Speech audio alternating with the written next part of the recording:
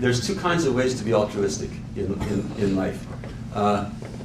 Two kinds of ways to help people. One is to help people so that you'll get something back. That's your motivation.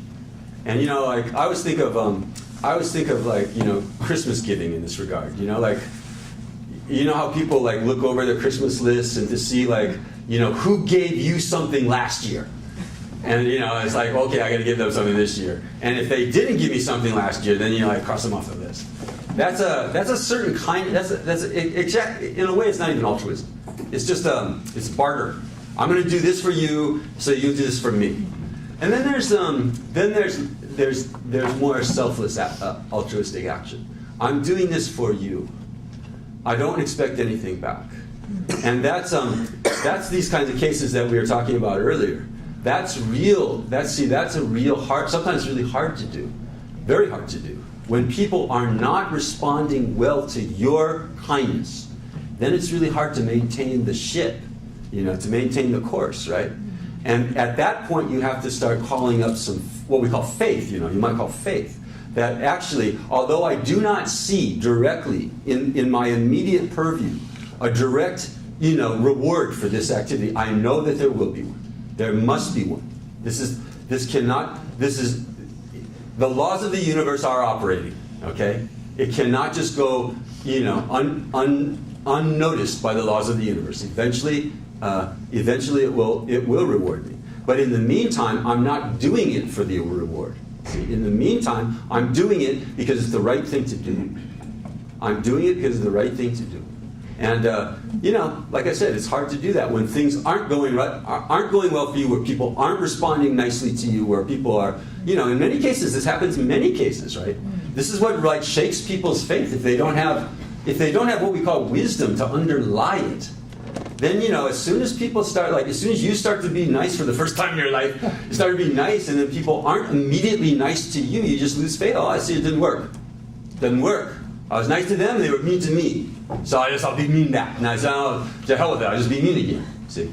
So you have to have the wisdom underlying it to recognize that this is in fact the way things go. That what goes around comes around. Nothing goes to waste. Nothing goes unrewarded. Nothing goes unpunished. Mr. Karma doesn't close his eyes ever. Because Mr. Karma is you. See? Mr. Karma is you. Your consciousness is aware of what you do, say, and think. Always. And it records it. It records it. It's like a video cam. The karma cam is on, and everything that you do is recorded.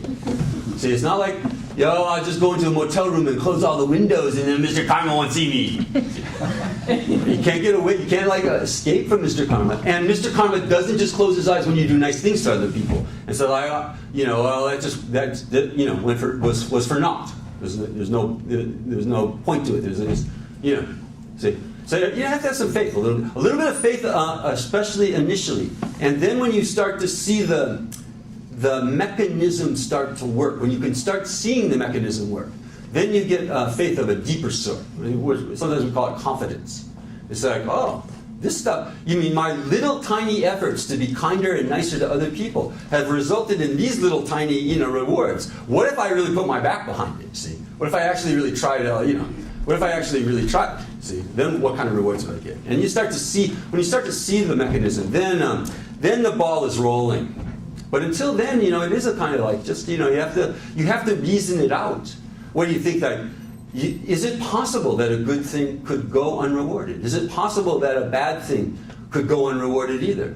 Here's another example of this, okay? This is good, might as well talk about this stuff instead of what I was going to talk about. If I rob the First National Bank of Santa Monica, okay, and I take $100,000 out of that bank, and I jump on an airplane at LAX, and I fly down to Acapulco, and check into a 5-star hotel with my money that I got from the bank robbery, check into a 5-star hotel, and go to get into the hammocks that they have in those 5-star hotels, and order some, umbrella drinks from those, servants. There's no relationship at all between robbing the bank and going to Acapulco and drinking umbrella drinks at all. There's no relationship. Seems like there is, doesn't it? your good karma of the past, of being kind and generous to other people, found a way to express itself in your experience in Acapulco in the 5-star hotel. And the robbing of the bank will find a way to express itself later, which will come to you as what? Severe shortage of your own resources. But there's no relationship between robbing the bank and swinging around in hammocks in a 5-star hotel in Acapulco. Okay, that's hard. That's hard. But if you don't believe that, then you've got a big problem on your hands. See, you got a big problem when it comes to, like, why should I live an ethical life? Ethical life just means, I guess, what I can get away with. You see, if I can get away with it, then that's good. And many people actually are living ethical lives, so-called ethical lives like that. You know, like these stickers you sometimes see, the one with the most toys at the end wins. Whatever I can get away with, you know, all mine, and then I die. See? And that's it. And then I die, and some big black curtain comes down. And that's all. So I used to be something. I used to be a me. I used to be something that did all these things, you know, accumulated all these things, and then it became nothing. Something became nothing. That's our idea of the afterlife. There's no afterlife. In modern scientific, rational, you know, society, you know, it's just the end. So, like, what the hell? Do try and get away with it. If this is what you believe, actually, do try and get away with it as much as possible. What the hell? What does it matter? See, if you believe that something will become nothing, are you something or nothing right now? See, you're something. You're something. You're functioning. You're a living thing, functioning. What, you can just become nothing? It flies against all the other principles of science. Conservation of energy and stuff like that, right?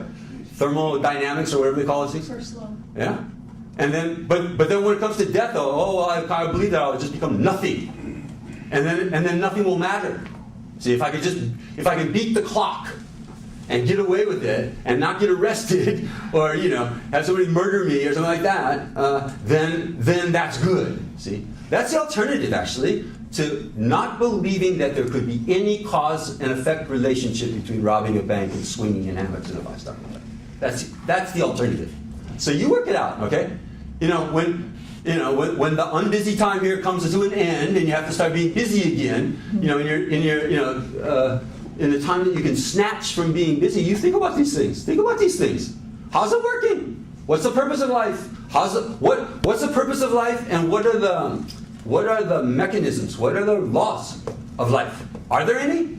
Whether it's just like random, just like nothing happens. And if they're just random, nothing happens for any reason, then why are you going to work? Why are you sending your kids to school? Why are you saving your money if you don't think anything if there's no cause and effect relationship between things?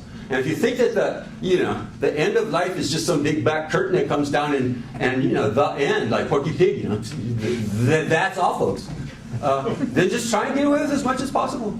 Try and get away with as much as possible. What does it matter? See? But if you don't believe that, see, then you must live a moral life.